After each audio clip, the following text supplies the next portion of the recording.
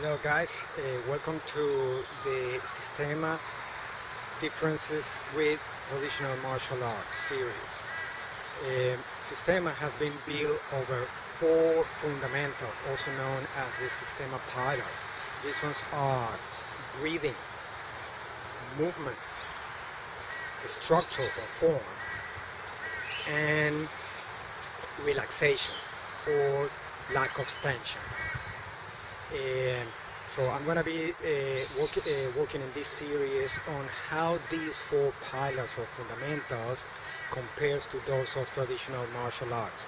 So today I'm going to be talking then about the number one principle, which is breathing, and what a better place to talk about breathing in a place where you can actually breathe fresh air, like in a green park.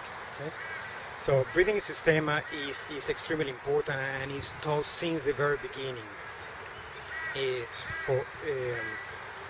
And these are based on profound studies about how the respiratory system works and the influence on the way that we move and we walk when we are under pressure. So the breathing is based on principles, and today I'm going to be talking only, since this is a very extensive topic, I'm going to be talking about two of the principles that are my favorites, and those are the principles of sufficiency and continuity. Okay? When we breathe, we take air from our nose, no? And there is a reason for that. No? The nose has a hair inside and mucosity, that the job for this is to capture and retain small particles like dust and prevent them from getting into our lungs. So if we breathe through our mouth, this is a mistake, because there's no filter, so all these impurities in the air will go straight to our lungs. So it is encouraged to breathe all the time through the nose. The other reason is how the airways inside our head and all the way to our lungs are designed. This forms inside a shape of a funnel. So when the air gets through the nose, it encourages, or the air is pushed or forced in a natural way to reach all the way to the bottom of our lungs. So this is an efficient breathing. So when you breathe through your mouth, that makes the breathing shallow and inefficient. So it is encouraged to inhale through the nose and exhale through the mouth. When we breathe through the nose, we're taking only the amount of air that we need for the particular task that we're doing. This is the principle of sufficiency. So you don't want to take too much air or 2 liter air for what you are doing at the moment. For a good example for this is when you're lifting something heavy. You duck down, you take your correct lifting techniques, keeping your back straight, etc., etc., and you assess the weight, and then you take the inhale when you execute the lift, and then you are taking the amount of air that you need to perform that particular task. When you are taking too much air, or you're taking too less air for the task that you are executing, that produce a hyperventilation or hypoventilation. So we want to prevent this. So if you take too much air, it's as bad as not taking enough, and the consequences of this are very similar, which is dizziness in the head, and in the extreme cases you can lose your consciousness. So we want to take only the amount of air that we need, and we do this, or we practice this through exercises. When we do our exercise, push-up, chin-ups, we call it breathing exercise. It's not because we're exercising the breathing like it's known in other arts, like yoga or other arts, where you just sit down in a relaxed posture and then you just breathe. We're doing breathing exercise by actually doing physical exercise. So we're doing chin-ups, we're doing push-up, we're doing squats, abs, etc. And while we're doing that, we're consciously thinking on our breathing. And we do different changing the pattern of the breathing when we change the breathing. For example, if you're doing push-ups, and you can see my video about push-ups, you can notice that I'm breathing in a different way. No? So you can, for example, when you're doing your push-up, you can inhale on the way down and exhale on the way up. You can do a number of repetitions of this and then change it, and then you can exhale on the way down and inhale on the way up. So the way is that you can change it halfway through. Let's say that you go halfway inhale and halfway exhale, halfway inhale and halfway exhale. This is to break the pattern of breathing always under the same condition. So you always do your pushes when you inhale on the way down and exhale on the way up. When you are in a stressful situation like in a confrontation, you will be automatically falling into the pattern of breathing in the same way that you fight. And in a confrontation, the circumstances are chaotic. So we want to be able to breathe correctly, taking the exact amount that we need by this training with the exercise and breathing.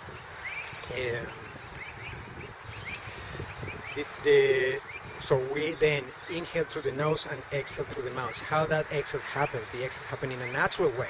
You don't want to force the air out. Like, no, this is incorrect. That causes unnecessary tension in the chest. So we inhale through the nose and exhale through the nose when we're relaxed. You know, when there is no high demand of air in our system. Let's say I'm standing talking to you right here, and I can perfectly inhale and exhale through the mouth. But as we move and we start to demand more oxygen, or our body is starting to demand and require more oxygen to move, let's say in a confrontation, or using the same example, lifting things up, our breathing increases, but the breathing leads your movement. Okay? So we have to be breathing ahead of what we're doing, so there's never a lack of the exact amount of oxygen that you need. Okay? So at the moment that you're demanding more air is that when you can start exhaling through the mouth. And we do this in a very natural way, which is slightly open the mouth,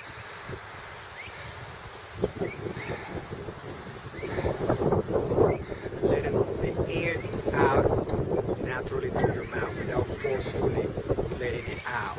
There is a pattern in the breathing, or a cycle, which is the inhale, then there is a pause, then there is the exhale, there is a pause, and then inhale again, and there is a pause. Okay? So we want to be able to move freely, delivering strikes, regardless of which part you find yourself in the breathing cycle. Okay? That's one of the big differences with traditional martial art that I will explain later. Okay? So we want to inhale, there is no stop of breathing, it's a pause, just like in the pendulum. It never stops, it goes clack, clack, clack, clack, it doesn't stop, it's a pause, and then move to the other side. Breathing works exactly the same way. We inhale, there's a pause, we exhale, there's a pause, we inhale, there's a pause. And you should be able to move efficiently and deliver strikes efficiently, regardless that you are inhaling or exhaling.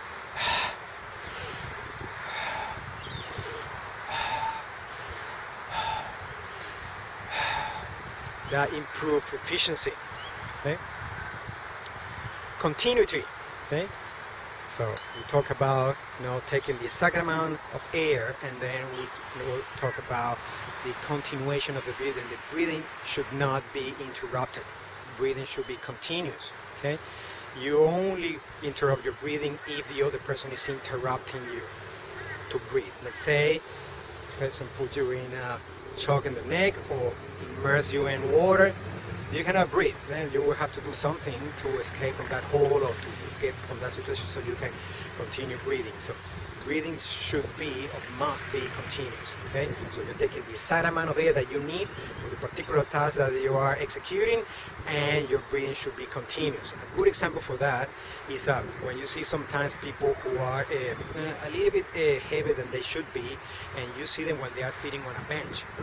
They approach the bench, they look at the bench, they assess the distance, and they drop themselves into the bench, and then you notice how they are breathing normally, and the moment that they are going to sit down, they hold their breath. And then once they are sitting, when they're going to stand up, they do something similar. They hold their breath, they get up the chair or the bench, and then they breathe. Okay, this is a unnatural interruption of the breathing. This shouldn't happen. So every time that you spot yourself holding unnecessarily your breath, like if you're going to reach something that is high on a shelf, and then you hold your breath to reach out, notice it and correct yourself. Okay, you should be executing every movement, every action that you do in a natural way, in a continuous way, and always taking the exact amount of air that you need, okay, to prevent hyperventilation and to prevent hypoventilation. Okay? Too much air, not enough air, only the exact amount that you need. Okay, so how does that compare with traditional martial arts? In traditional martial arts, it's encouraged to exhale on the strike. Okay, so I'm standing here, blocking. Okay, because this produces energy, it makes for a strong movement. Although this is true, okay, because the exhale of air produces an amount of energy that's coming out of you. It produces relaxation, because within the breathing it is said that breathing is relaxation. But this is a generic statement. When we break down the breathing into the small components, which is the cycle, inhale, pause, exhale, pause, inhale, pause. The relaxation within the cycle is the exhale. Okay? When we inhale is tension. Inhale expands your thoracic cavity when the lungs are getting full of air. So this creates tension in the chest. Okay? When we exhale, it produces relaxation. You deliver a strike more powerfully when you are relaxed. Total relaxation is exhale in the breathing cycle. So this is encourages there. Then in traditional martial art,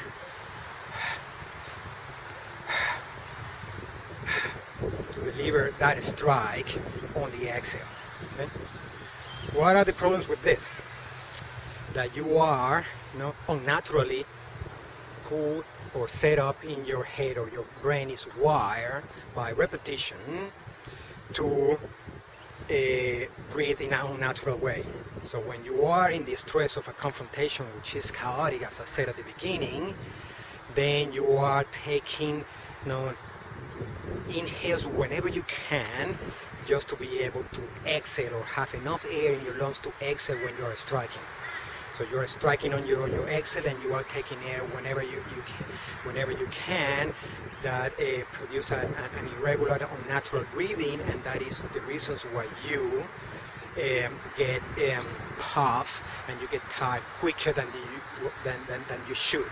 No, because when you are training, you are relaxed, or with your training partner, and you think that you can go for longer. But when you are in a real situation, and all this chaotic breathing happen when you're delivering strikes, and then hey, why did I get tired that quick? And it's because the breathing was all over the place.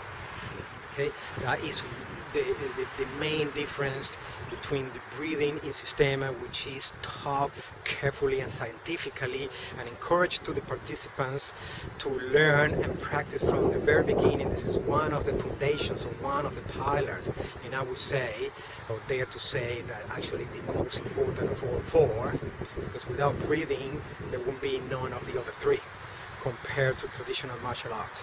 How can I make this comparison? I made this comparison because I'm a traditional martial artist. That's my background, and I've done it since the very, very early ages of my life, and I still love it. This is not a critical video, it's a comparison video only, and I still practice whenever I can. I like doing my high kicks and everything. I love my traditional martial art background, and I only compare it from the point of view of Systema. Just like I can speak Spanish and English because I'm fully bilingual, so 100% bilingüe, hablo español, es mi lengua madre, and I'm 100% bilingual in English as well. I've been educated in English and been speaking English for years. The same thing happens with my traditional martial art background. I've been trained in traditional martial arts and I've been trained in Systema, so I can speak for traditional martial art, so I can speak for Systema the same way that I can speak Spanish and I can speak English. So this video, is to put some light on the differences between Systema and traditional martial arts. As a response from many videos that I see out there of people that are very critical to Systema, and I believe that these comments come from pure ignorance, as these people only know about the discipline that they practice and they have an absolutely no clue about Systema. Okay? The Systema is a combat system, which is a complete different definition that I will talk in another video to a traditional martial art. Traditional martial art is a generic term that has been put like an umbrella to shuffling everything that is related to fighting from different countries, right? But you have combat disciplines, and Systema is a combat discipline. All right.